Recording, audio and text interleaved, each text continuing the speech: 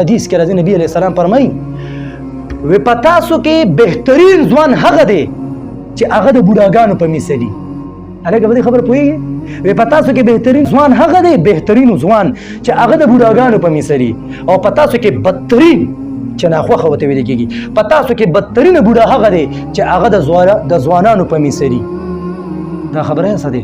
ځوان به خپل ځان بوډا ګڼي، مطلب دا چې دې ځان ته بوډا وایي، ځان ته دې بوډا نه وایي. د دې خبرې مطلب دا دی، مقصد یې دا دی چې ته ځان مرګ ته نږدې ګڼه، نو ته به د نیکو اعمالو یعنې ته نیکو اعمالو ته به ته ډېر مایل کېږي. کوم انسان ته چې مرګ یادي هلکه دی بیا ګناه کوي، او که ګناه وکړي نو زر توبه وباسي که نه.